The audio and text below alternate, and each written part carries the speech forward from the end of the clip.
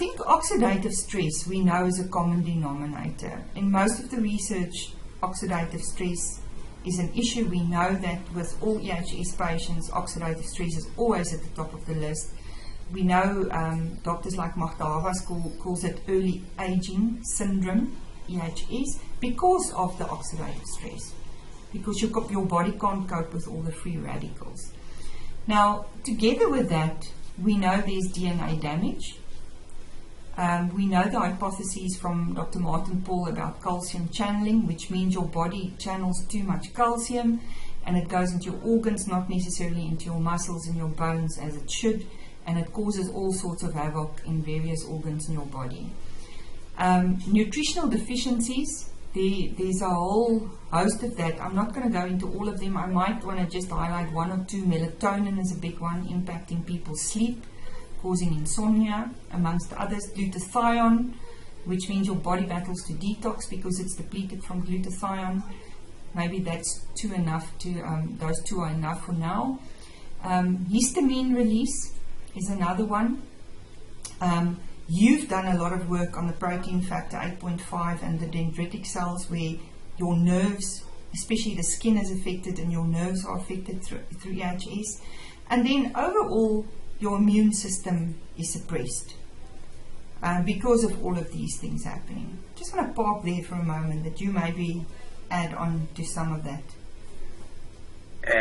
I mean, we can start with the immune system, and as you remember initially, and I'm leaning towards many different papers and scientific groups, it seems as if the immune system is activated by these artificial electromagnetic fields, but after some time, and sometimes rather quickly, it deteriorates and starts to leak, allowing the electromagnetic fields to impact all types of cells. You mentioned, for instance, the dendritic cells, which you find in the epidermis and the dermis of the skin, the uppermost layers of our protective shield, the interface between you and the rest of the universe, and they get activated very dramatically, which we saw already already in the 1980s, together with a dramatic increase in the number of mast cells spilling out their histamine, and you get all the symptoms. And as I said before, it's fascinating to see after 3, 4, 5 decades of research, it still really boils down to one cell type, the mast cells, and they have nothing to do with telecom masts. Their name arrived from German because they are looking bloated and fat, and they release substances such as histamine and heparin and a lot of others, activating a lot of different other cell types around them, and it will be the core cell type, and histamine the core molecule in reactions what we clinically would call allergy, asthma, other oversensitivities, and also electrohypersensitivity. So I would say the focus still is on the mast cells and the release of histamine, heparin, and other molecules. And also you said that it's affecting the DNA, and that's been shown so many times, and I'm surprised that society doesn't react to this, because we have these alterations, and not only alterations, profound damage to the DNA. And at the other end of the societal scale, the commercial scale, you have the introduction of mRNA-based vaccines, for instance. How do these different layers interact with each other? And the answer is, of course, no one knows. We are just taking a big chance on life on this planet. Experiment. And I'm surprised that the commercial companies are allowed to go ahead and expose people to chemical exposure, physical exposure, stressors of mental nature, and so on. Now I see actually people are starting to react in a number of countries, they are talking, for instance, about reducing screen time for children in school. Bravo, I said, very good. We pointed to that already in the early 1980s.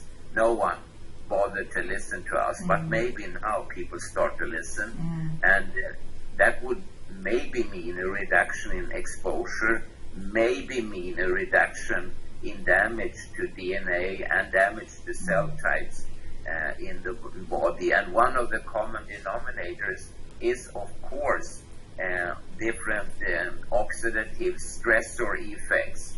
And as Magda Havis so wisely have said, it could actually age the entire body, the entire person prematurely. And again, I'm surprised that people just allow it.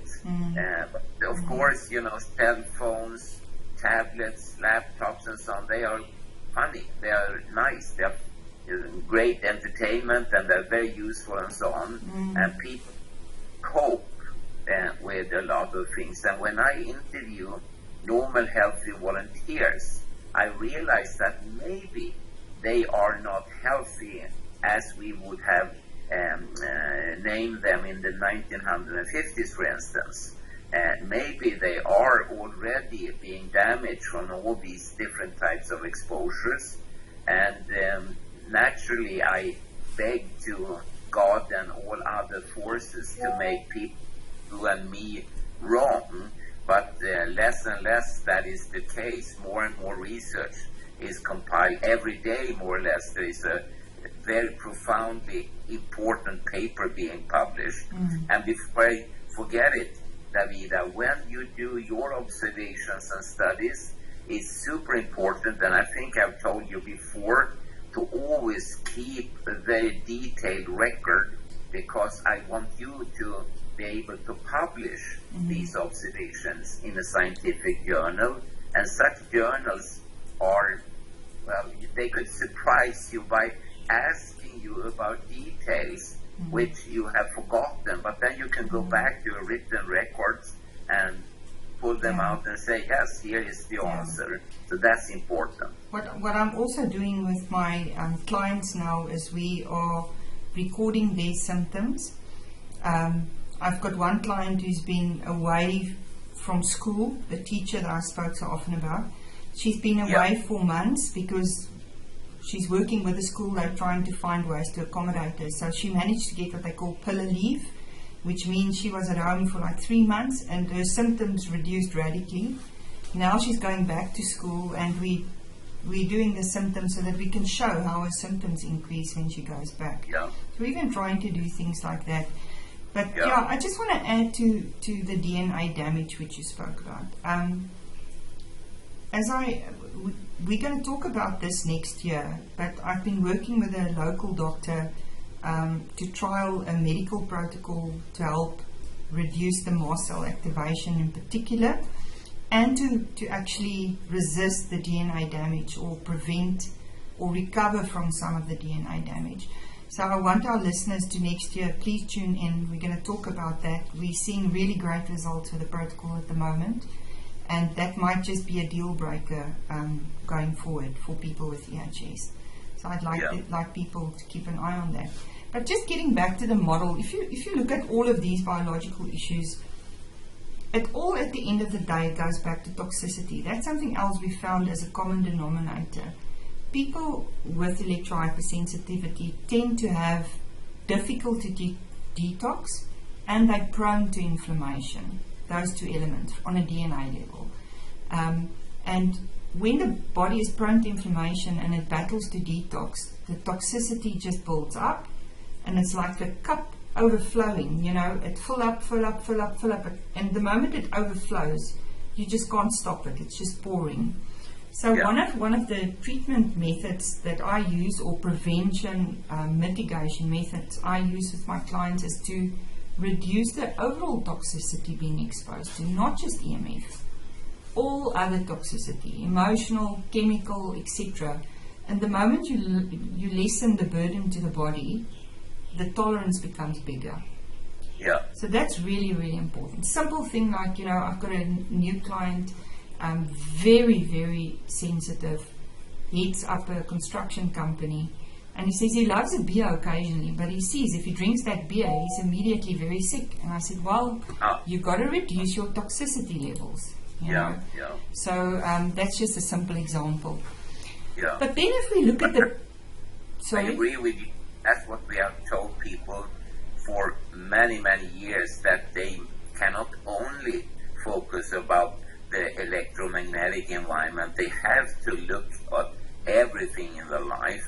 And many people, you know, they are electrohypersensitive.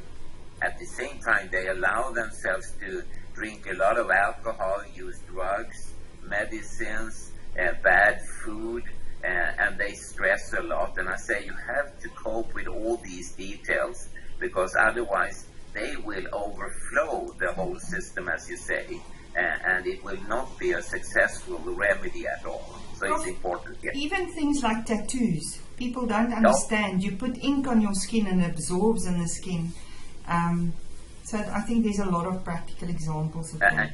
Just a few weeks ago, a study was presented, and I know you and I and others have warned about this, that people with tattoos run a higher risk of lymph node cancers. So it's so stupid. And I see here, you know, body covering tattoos. They are so heavily exposed. I want to try. And the price could be very dire at the very end, you know. So please don't do yourself, you know. Totally.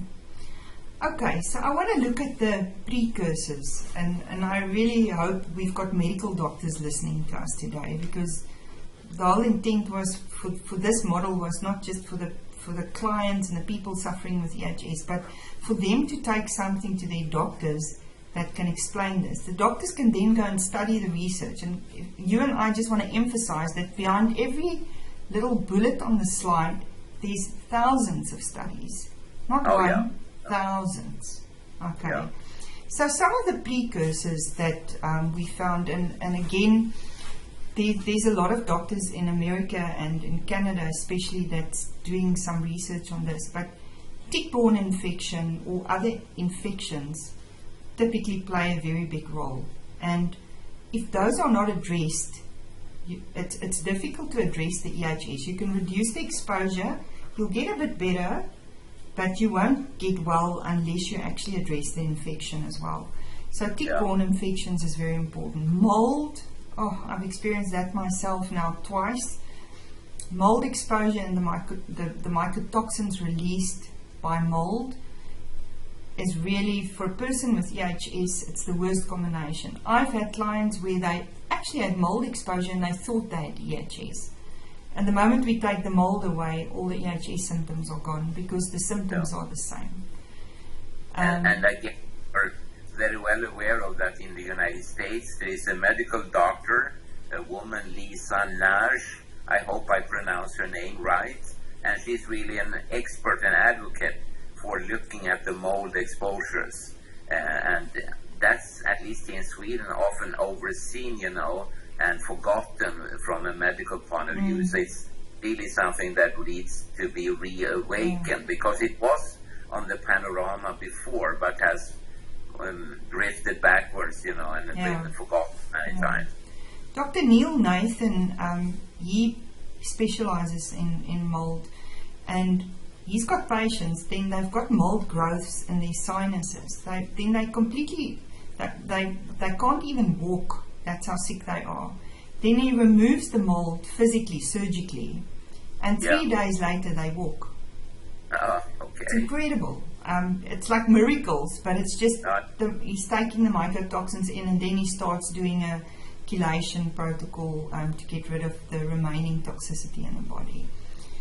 Now, the other thing is autoimmune disease, but it links up with this immune suppression. If you already have an autoimmune disease, your body tends to overreact. It's just what it does.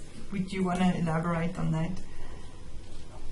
I mean, it has been, again, at the horizon for many years that autoimmune diseases of various types could be a driving factor for electron hypersensitivity. Again, we need to be perfectly honest and tell our audience here that some of these needs to be further investigated.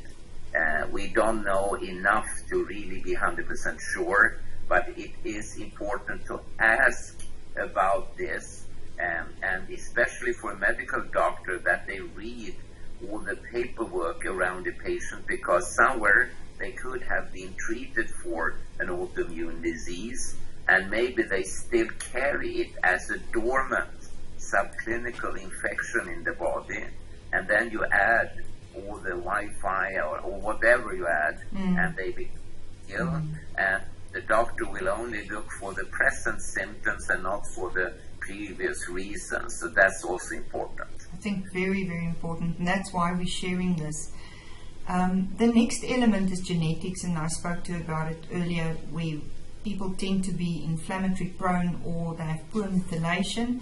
From a DNA perspective, you can do those tests. I'm always say I don't think I would waste. I personally did my tests. It's very expensive. I don't think you need to. If you've got EHS, focus on detox, focus on clean living. Just go the extra mile. Focus on exercising, on movement, on breathing, and hot and cold showers. All of those things that help your body detox naturally. I mean, I would definitely agree to that. And as you say, some of these DNA-linked tests, methylation tests and so on, can be very expensive. But they are, of course, of very importance for science, because you touch upon a question here, namely, why do you get electron hypersensitive? And then you can talk about the current exposure situation, which threw you into the electron hypersensitivity, but maybe you were born prone to become electron hypersensitive because of your genetics, of your mother and father's genetics, and so on. And that's a very common question, actually. How does it look at the genomic level? And as a scientist, we have to admit we don't know. And of course, your audience is well aware of that. This is not the, how should I say, super hot area. Money is not flooded into the laboratories around the world. It's difficult to get the funding needed to do some of these very expensive experiments. But they will throw light in the future on the reason why people become electrohypersensitive, or maybe everyone is actually at jeopardy, and that we don't know yet. Maybe everyone in these enormous exposures we are talking about, it's not the light bulb extra, it's biblical, colossal, astronomical increases compared to natural background. And at some point, maybe everyone will become electron hypersensitive, or everyone will get some other difficult problems to deal with.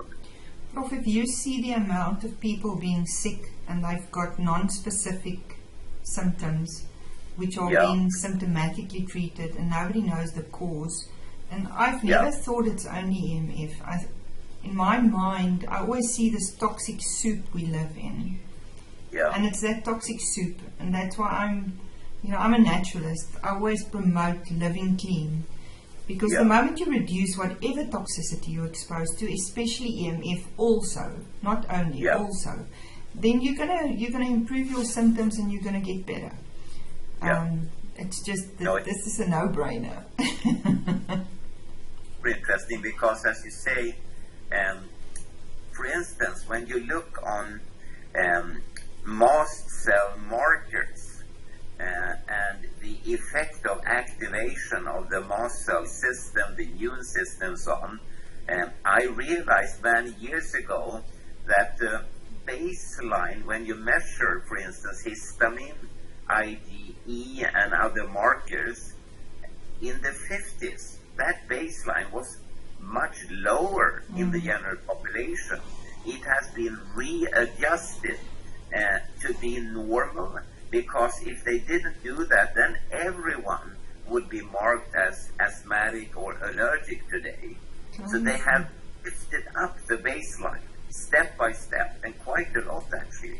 Sure. And that means that if you compare today's blood markers with the same markers like in the 1940s or 50s, there will be a huge difference already at baseline level, because it seems as if the entire modern human body, and probably animals, plants, and so on, they are all activated by all electromagnetic fields, the chemical exposures, other stressors, constantly hammering on 24/7. If you don't use a canopy, then you are exposed all the time. And I just here where I sit now, if I just for sort of fun do measurements here, wow, the levels are just horrendous, really. And that's because I'm surrounded by different base stations, and also it will give me a very long list of all my neighbors' Wi-Fi enabled gadgets and Bluetooth gadgets. It's a list, and they're all hammering on, all the time. And we are in the middle of this exposure war, and maybe that means that in the future they will have to increase the baseline more and more and more, because otherwise there will be no normal healthy volunteers left. Absolutely. And Prof, what's scary right now is if only it was cell phones and Wi-Fi, but now it's televisions, it's earphones, it is speakers that are Wi-Fi and Bluetooth in, it's fridges, it is washing machines, battery chargers. Everybody has an inverter in South Africa because the power goes off so often. So now inverters come out with battery chargers that are Bluetooth enabled. I've started looking into more of this, and it's just incredible. It's mind blowing. It is mind blowing. But this actually brings me to the next one, which is this. Could I tell you? If we believe that we are planning a study. We haven't got any money yet, but it's still on the table, and it's about Bluetooth. Wow. I found abandoned train tunnel through a small mountain here in Stockholm. That's the only place that doesn't have all these exposures, but oddly enough, when I was inside doing measurements, there was no Bluetooth, no Wi-Fi, but the third generation mobile telephony was still there, and a person from the telecom company said, well, it will bounce, so it will reach very far in, and the train tunnel is rather short, maybe 300 meters long, and he said, no, that's too short, it will bounce all the way through. So you will be exposed to that, but Wi-Fi, Bluetooth, that will be gone. Sure. And stand inside there, I should just tell you, historically, it's an odd sensation realizing that it's an old-fashioned exposure situation, except for the 3-4G mobile telephony. But signal still weak, I would say.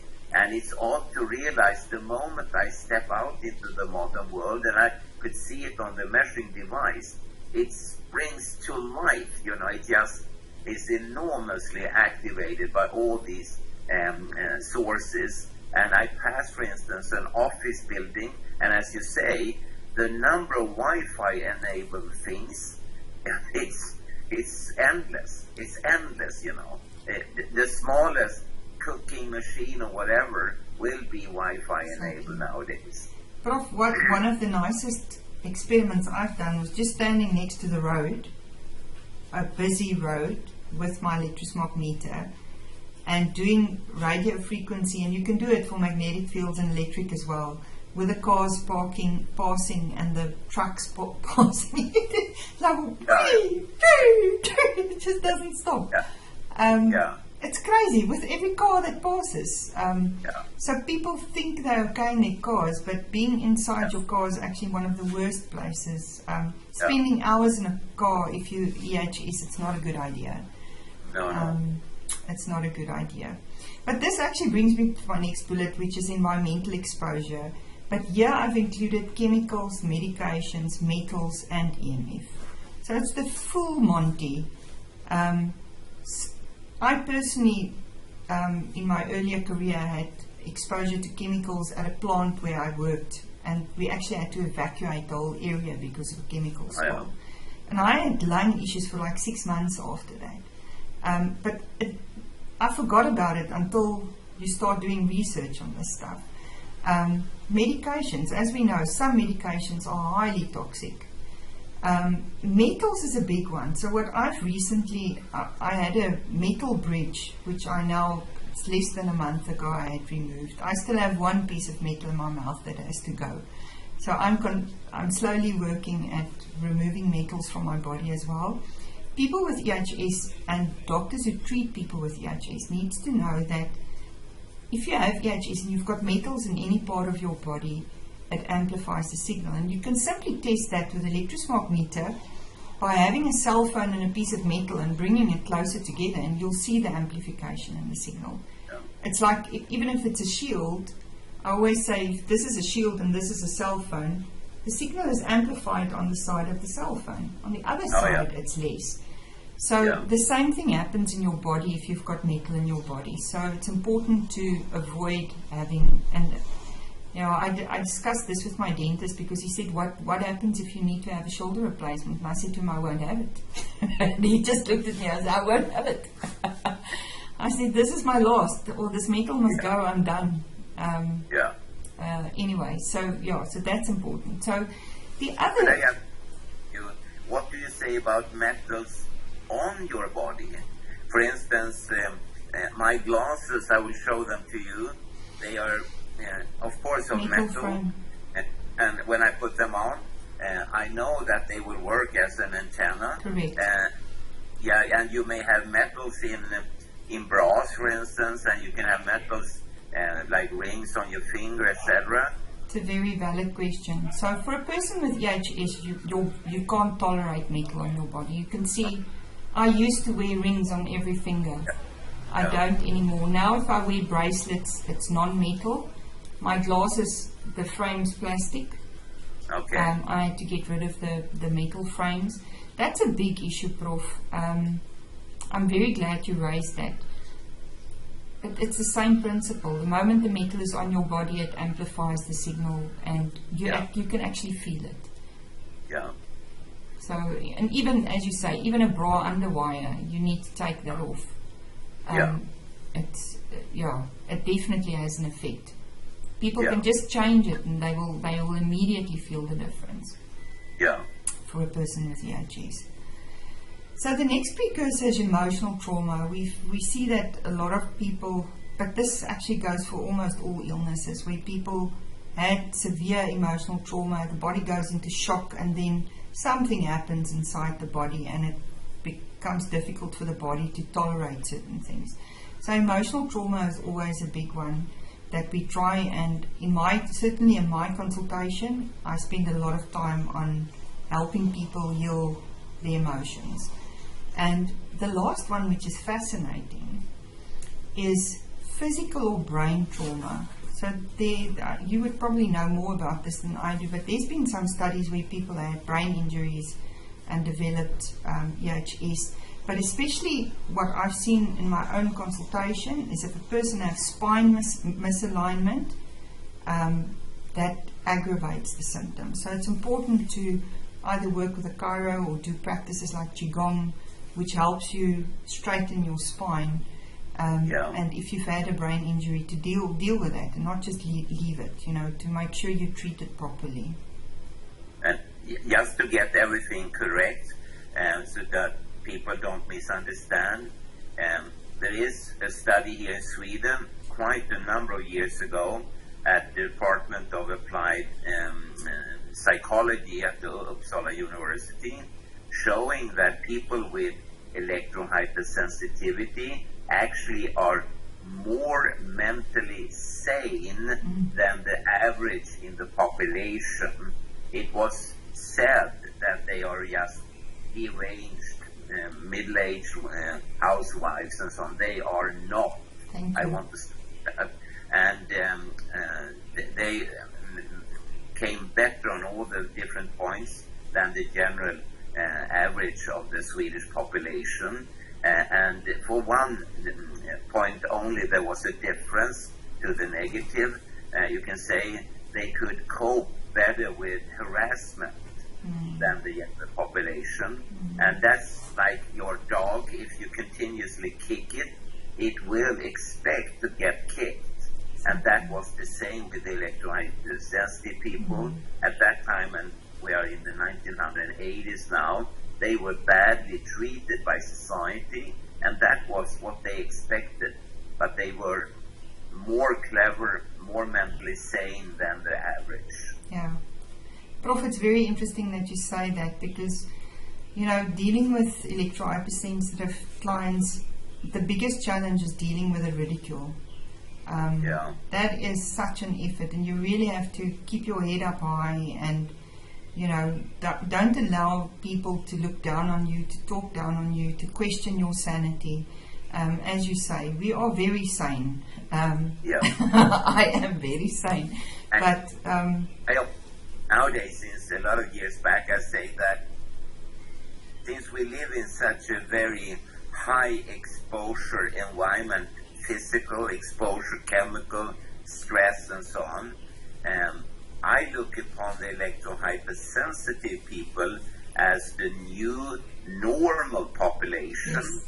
And people like myself, we are actually electro-hyposensitive. We don't react, seemingly at least, to this toxic environment, and therefore we should thank the yellow birds in the coal mine, namely the electro-hypersensitive individuals, for what they are telling us. They are in biological warning signals saying this is not good for you. And just 1 or 2 days ago, there was yet another paper showing that, for instance, for sperm cells, egg cells, and fertility, exposure to cell phone is a bad idea.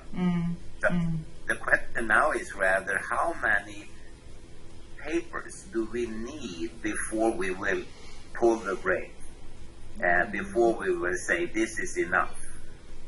And we, in this case, are of course our parliaments, governments, health authorities, radiation protection authorities, and so on. When will they start waking up? Yeah, Prof, I think that's a very rhetorical question, and we know people are so addicted to their technology, and that's one of the things we don't propagate not using technology. I mean, I use it every single day. I can't live without it, but I use it responsibly. Yeah. And that's what we advocate. So we don't want people, but the thing is, people have become so lazy and so comfortable with all their wireless technologies that, and all the schools are transforming to wireless. The world, you know, I was thinking about you talking about that tunnel. So I do work in the mines as well, and I used to love going underground because it was the one place I was at my happiest. I didn't feel a thing because nobody's allowed a cell phone down there. You know what they're doing now? They're installing Wi-Fi underground, and all the equipment underground is becoming AI, artificial intelligence. So you can't even go into a mine anymore and not get Wi-Fi exposure. It is so sad. But Prof, this is what I wanted to discuss today. So I'm so happy that we managed to talk, and I really sincerely hope that for the doctors who look at this, for the people with EHS suffering, because we know that the average person won't listen to this sort of interview. It's the doctors that are interested in treating it, and the people that actually suffer with EHS that would listen to these sorts of interviews. And it's my sincere hope that they've learned something today, and that the doctors would now, when they see a patient and they see certain symptoms, would actually just stop and think, you know, what are these various variables that's playing a part, and am I seeing that? Am I seeing that? Maybe that, maybe that. Just Yeah. maybe and the last thing I just want to say on this, and I know you're burning to say something. All a medical doctor has to do with a patient is say, switch your phone off and your Wi-Fi off and all your wireless devices for 1 or 2 or 3 nights and reduce your exposure during the day and see if you feel better. You don't have to do expensive tests. Just remove yourself from a high EMF environment or stay in your environment, but switch the stuff off when you go to sleep. And if you feel better, you won't necessarily feel better the first day because you detoxed, even the second day. But by the third day, I guarantee you, if you are sensitive, I always use the analogy, if you're sensitive to gluten, you won't know it. All my clients, when they come to me, I say, do you think you're sensitive to gluten? I've got like this questionnaire. They feel like, no, I can eat as much bread and rusks and whatever I want. And then say, okay, let's take it out for 3 weeks. And that's what we do. We eliminate all gluten for 3 weeks, and then they reintroduce. And then they blow up, and they get stomach ache, and they get headache, and they get gout, and you name it. And then, okay, I rest my case, you're sensitive to gluten. And it's the same with EMF. You need to remove it to know you're sensitive to it, because we are all overexposed. You know, this is so interesting. I met some months ago a friend, and he is actually a diabetes expert, and he looked so very healthy and happy, and I would even say young, and he is in my age, you know. And I said, what have you done? Well, you see, I got this cookie jar. What? I said, but you have always told me not to eat cookies because I have a slight form of diabetes. No. There are no cookies in it. It's metal, and I keep my gadgets in that jar during the night. Wow. And I said, wow. And you mean you feel the difference? Yeah, I do feel an enormous difference. So now I'm contemplating to actually get rid of all these gadgets entirely. So, of course, it's a non-scientific observation, but it's a hypothesis generating idea, just like your compilation today. It feeds a lot of thoughts into my brain and other brains. And also, as you say, medical doctors, they should think more than once. But from a responsibility point of view, I also hope that manufacturers, operators, politicians, civil servants that are responsible for these issues, that they should also think more than once and maybe go back and start to do some reading. And as you said, there are tens of thousands or even more of scientific papers. They don't need to read all of them, but there are some good compilations, like the Bioinitiative report. They could start there, and it's organized in chapters. So if I'm interested in the immune system, there's a chapter about that. If I'm interested in neurological disease, there is a chapter about that. DNA, a third chapter, and so on, you know. So people should do more. But the ordinary lay person, the ordinary consumer, we cannot ask them to engage. They should just trust that their political and civil servant-based system works.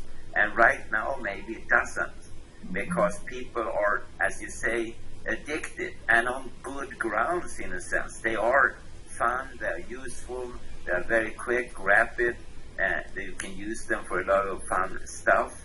So people think that there could be a backside to all of this. Exactly. Prof, I want to thank you once again so much for your time and wisdom and insight and sharing all your knowledge. And we want to wish our listeners the most wonderful Christmas. And let's hope that next year we're going to find some real deal breakers that we can help EHS clients with, and to really radically improve their quality of life, because that's what we want to do. We want to help people live to the fullest. That's what we want to do. Any last words from you for our listeners? I would like to convey a very, very Merry Christmas and a Happy New Year to everyone around the planet. Thank you, Prof.